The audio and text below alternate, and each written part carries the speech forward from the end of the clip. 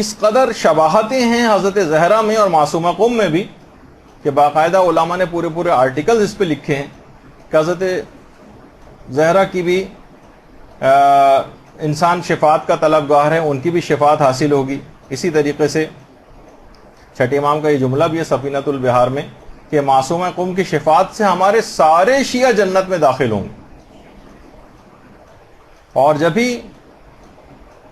آپ نے دیکھا ہوگا کہ وہاں پہ حرام کی جو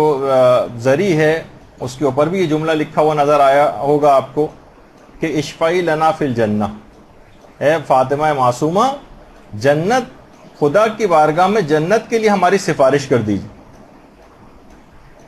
اور جگہ جگہ آپ کو یہ جملہ لکھا ہوا نظر آئے گا، اور انہی کی زیارت میں ہم کیوں ان سے مانگ رہے ہیں کہ آپ جنت میں ہماری سفارش کر دیجیے؟ کیونکہ اسی زیارت میں آگے چل کر ہے کہ فَإِنَّ لَكَ عِندَ اللَّهِ شَانًا مِنَ الشَّانِ، کیونکہ آپ کی قدر و منزلت خدا کی بارگاہ میں بہت زیادہ ہے، محضر خدا میں آپ ایک عجیب شان و منزلت اور قدر و منزلت کی حامل، اس وجہ سے ہم آپ سے بھیک مانگ رہے ہیں کہ آپ ہماری سفارش کر دیجیے۔ باقاعدہ حسن زادہ عاملی، آیت اللہ حسن زادہ عاملی نے ایک کانفرنس بھی ہوئی تھی معصومہ قم پر، وہاں پر قم میں، اس میں یہی کہا تھا کہ ہر خاص و عام نے معصومہ قم کے لیے معصومہ کا لفظ استعمال کیا، اور خود ہمارے 8ویں امام نے تو کیا ہی ہے کہ من زار المعصومۃ بقم کمن زارنی، کہ جس نے بھی قم میں معصومہ کی زیارت کی اس نے گویا میری زیارت کی۔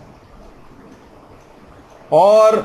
اس لحاظ سے کہ حضرت زہرا بھی معصومہ ہیں اور خود معصومہ قم کا لقب بھی معصومہ ہے۔ حضرت زہرا کے القاب میں سے طاہرہ بھی ہے، محدثہ بھی ہے، معصومہ بھی ہے، اسی طریقے سے معصومہ قم کے القاب بھی طاہرہ بھی ہے، محدثہ بھی ہے، معصومہ بھی۔ اچھا، کم عمری میں بھی شہادت پانے میں دونوں، وہ 18 سال ان کی عمر تھی معصومہ قم کی، 25 سال روایتوں میں بیان ہوئی ہے، بہت سی روایتوں میں تھوڑی سی زیادہ بھی بیان ہوئی ہے۔ اور یہ جو ایک سوال دماغوں میں اکثر لوگوں کے اٹھتا ہے کہ کیا فاطمہ معصومہ قم معصومہ ہیں؟ تو دیکھیے جو 14 معصومین ہیں وہ تو ان کے پاس تو عصمت کبریٰ ہے، عصمت کاملہ ہے، البتہ عصمت صغریٰ بھی ہوتی ہے، محفوظ عن الخطا بھی اس کو کہا جاتا ہے، جیسے حضرت عباس علمدار علیہ الصلوۃ والسلام، حضرت زینب سلام اللہ علیہا، اللہم صلی علی محمد وعلی محمد۔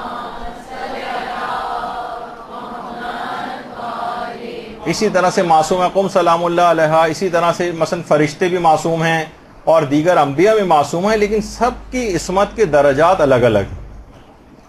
عصمت اکتسابی بھی ایک چیز کہلاتی ہے، یعنی وہ عصمت جو کہ خود محنت کر کے، ریاضیات کر کے اور مجاہدات کر کے حاصل کی جاتی۔ کسی نے آیت اللہ بہجت سے بھی ایک دفعہ پوچھا تھا کہ کیا حضرت فاطمہ معصومہ قم جن کو کہا جاتا ہے کیا یہ واقعی معصومہ ہیں؟ تو آیت اللہ بہجت نے کہا کہ تم اس کی عصمت کا پوچھ رہے ہو کہ جس کی شفاعت سے جنت واجب ہو جاتی،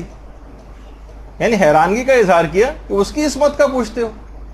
یعنی جس کی فقط سفارش سے جنت واجب ہوئی جا رہی، تو سوچو کہ اس کی عصمت کا کیا مقام ہوگا۔ اور ایک لقب ان کا کریمہ اہل البیت بھی ہے، کریمہ اہل بیت، اور یہ خود معصومہ قم کے یہ جو لقب ہے یہ آیت اللہ محمود مرشی کے واقعے میں امام نے ان سے کہا تھا کہ تمہیں چاہیے کہ کریمہ اہل بیت سے رجوع کرو۔ اچھا، پھر معصومہ قم نے شادی کیوں نہ کی، شادی ان کی نہیں ہوئی تھی، اس کے سارے جوابات ہیں جو ہماری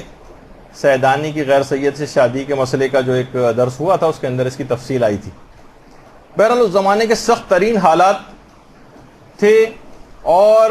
ان سے جس کی بھی شادی اگر ہوتی اس کا نتیجہ فقط قتل ہونا تھا، یعنی باقاعدہ علماء نے پورے واقعات اور حالات اس زمانے کے کتنا سخت ترین دور تھا، تو وہ اگر کسی کو اس کی تفصیل چاہیے کہ ان کی شادی کیوں نہیں ہوئی تھی تو مختلف علماء نے اس کے اوپر آرٹیکلز بھی لکھے ہیں، اور اس درس کے اندر بھی اس کی تفصیل مل جائے گی جس کو آپ سن سکتے ہیں۔